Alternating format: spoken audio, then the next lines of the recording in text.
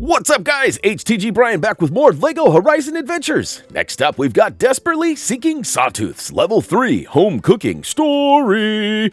Boy, that is a mouthful. Anyways, moving along, we're not going to find any trophies in the making of this video, but we do unlock our next gold brick. We also find ourselves a Sawtooth part, which unlocks another sticker for our vision board, and we also find ourselves the Tripcaster at the Traveling Merchant. So pretty cool. All right, guys, when you're ready, let's go ahead and jump into home cooking and start with the cutscene. Aaron, I've been meaning to talk to you about the odd smells floating around Mother's heart since you moved in. Hey, say what you want about me, but I hardly ever miss my morning bath. I am talking about your food hall. All those weird spices and sugary confections. But everyone loves my handcrafted donuts. And have you even tried my Osterum stew? Mom's recipe is famous back home. I never had a mom around to show me any recipes. But Rost sure put together some unusual dishes. I will never understand this constant need to talk about your mothers. As Silence failed to grasp the subtlety with which I've woven our story's themes, the rest of the gang pressed on into the jungle. And for the record, Rost's cooking was top-notch.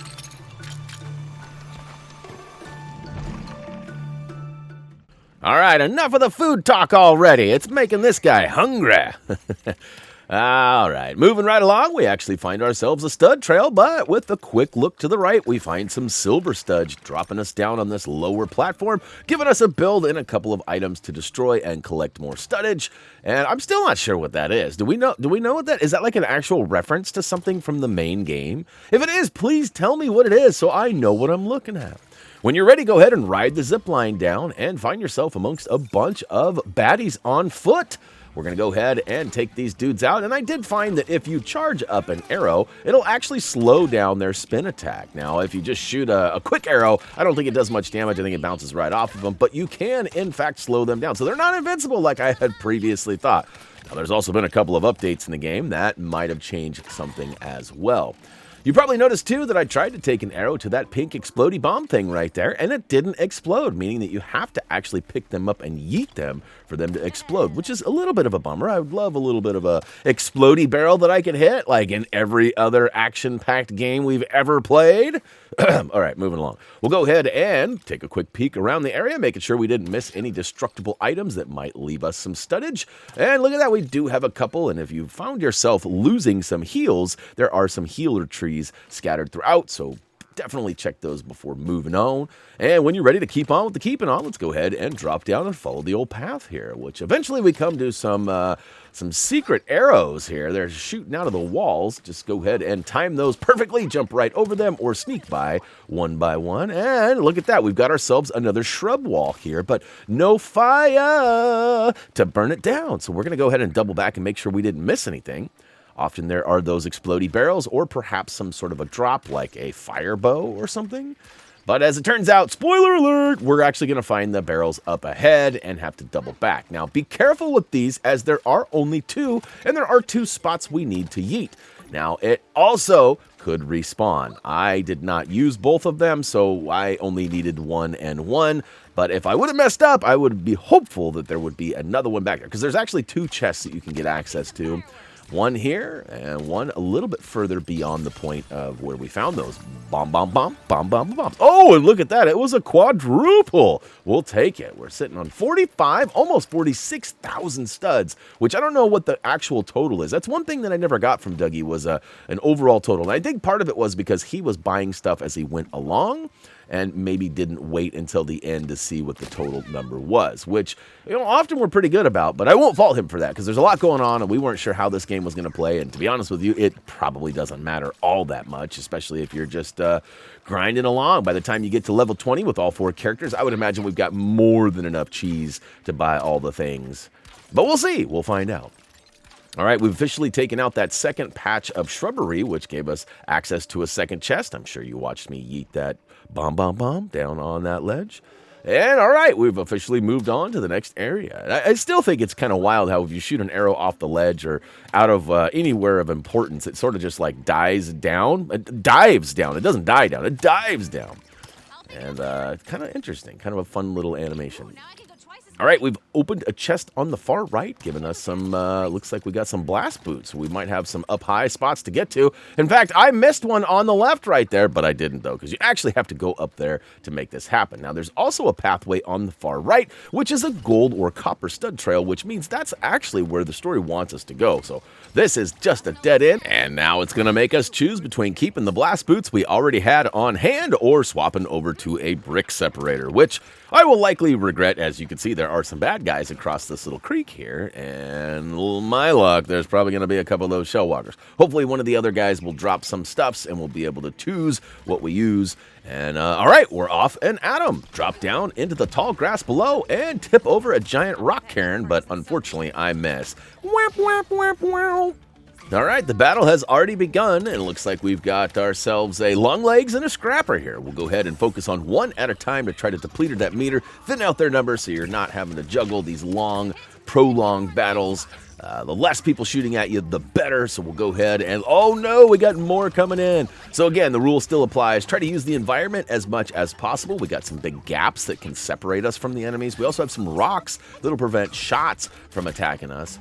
And you can see I'm trying to use a little bit of them all. Oh no, they knocked over a giant rock cairn. That's a bummer.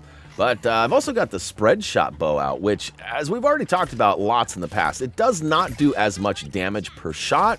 But depending on how many arrows hit them, you might actually do a little bit more damage than a single shot. So I eventually get back to the guy that I started with. I took out another long legs, and now I'm sort of using the environment to my advantage. And I think I'm going to switch back. Yep, I've switched back to the single bow, and I'm going to try to do some actual damage. Because the spread shot bow, like I said, you get 3 or 4 shots of 40 or 60, and 3 or 4 shots could add up to 200, 240, but ultimately it's 240, 240, 175, 175. You're getting a lot heavier hits with the single bow, so 245 to the dome. All right. Now, we've also got some shrubs kind of scattered around. There are some things that can take those out. I don't believe we have access to any of them right now, but there are some like bomb. And the rock cairns can also take those out. However, it doesn't seem like there's anything behind them other than a healed tree, so we won't focus on those too much. Make sure you do a quick run around and pick up anything and everything on the ground. You just never know what you might find. In our case, we actually refilled our spread shot bow, which we would have liked to have swapped out, but that's all right. All right, keeping on with the keeping on. Let's follow the old stud trail, taking out anything and everything that might leave some studs behind. And speaking of studs behind, there is another trail over here. It's a silver trail, silver trail. It actually takes us down to a chest and at least one item we could go ahead and tip over. Looks like maybe two. There's another one right there. No, can't take that out. Okay.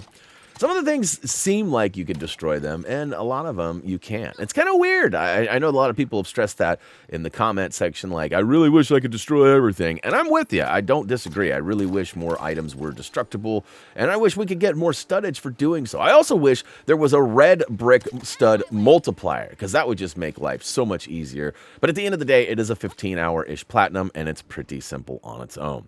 All right, we've made our way to the traveling merchant, and let's crack open some boxes and see what he's got. You already know, though, we actually get the trip caster, which is going to be a nice, fun tool to use.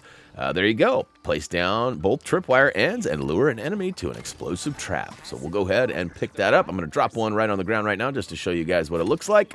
We'll go ahead and place a spot here and right about here. If anybody walks over that and trips it, booyah, show. All right, when you're ready, let's go ahead and make our way on out of here. Oh, wait, not before taking this out. I'll take that. Thank you very much. All right, now we're out of here. Getting sort of to the home stretch of this particular level. We got one more little battle sequence, I believe. And, oh, we got some fire. Let's go ahead and blast an arrow over the top, setting that long grass on fire, which we'll have to come over here and set another arrow across the top of the long grass to take out the shrubs in the back. And booyah, kusho. Build it. Oh, sorry, I did watch Space Odyssey the other day, so there's definitely got the boom, boom, boom, boom, boom, boom, boom stuck in my head. I know, but some people love the singing and dancing, and some people not so much. So I'll keep it to a nice, easy medium. How about that? All right, we got ourselves a bomb up here. I'm going to go ahead and grab it and drop down below because you never know what you might find. And I was hoping to find some shrubbery or something, but instead I'm going to use it on this watcher. That's right. Pow, right in the kissa. And we even got ourselves another community task, well, started, it looks like. We had to take somebody down with flames, it looks like. So we'll be back with some more flammage later. Look, I'm dropping the tripcasters all over the place. You get a tripwire, you get a tripwire. And hopefully it'll do some good damage. Now, they're also shooting some purple orbs at me, which sort of heat seek, which are not great. And a couple of them find their way to me. And you can see I'm a little bit shiny right now, which is not my greatest. But we're just going to try to keep using the environment and running around to take down these guys. Now, always focus on one at a time if possible, but I understand it's not always the easiest thing to do. I got a couple of tripcasters down, and I'm going to try to lure them over to them, but unfortunately, these long legs, they sort of jump over them in most cases, so not as effective against the long legs as it would be like a grazer or a scrapper or any of the normal baddies that have 4 legs. Oh, but look at that, he spawned right on top of it. That was pretty shocking. He immediately shoots an orb at me. I'm trying to dodge it. He actually continuously shoots orbs at me, and just as I feared, we've got ourselves a shell walker, so hopefully we can find ourselves a downed brick separator. You know, each guy you take down often has a chance to leave a weapon as well as some studs. And in our case, we've got a shock bow, which is not great. But you walked right into the tripcaster, though, and he's electrified, so that'll help out. We also have some bombs scattered around, so definitely use those to your advantage. I'm trying to yeet one here, but I don't think I get it far enough. Although I'm pretty sure I set that tall grass on... Oh, no, I didn't. Whap, whap, whap, whap. All right. So he's going to use his long-range laser attack. Definitely stay out of reach of that. Unfortunately, I don't have myself a brick separator. I only have one more tripcaster, but luckily for me, I was able to take him down, down, down. Shell Walker going down. Look at that. Now we give him... That's teasing me now. They give me 3 brick separators. Come on. All right, once you're clear, go ahead and address the pile here, and it should take us into a cutscene.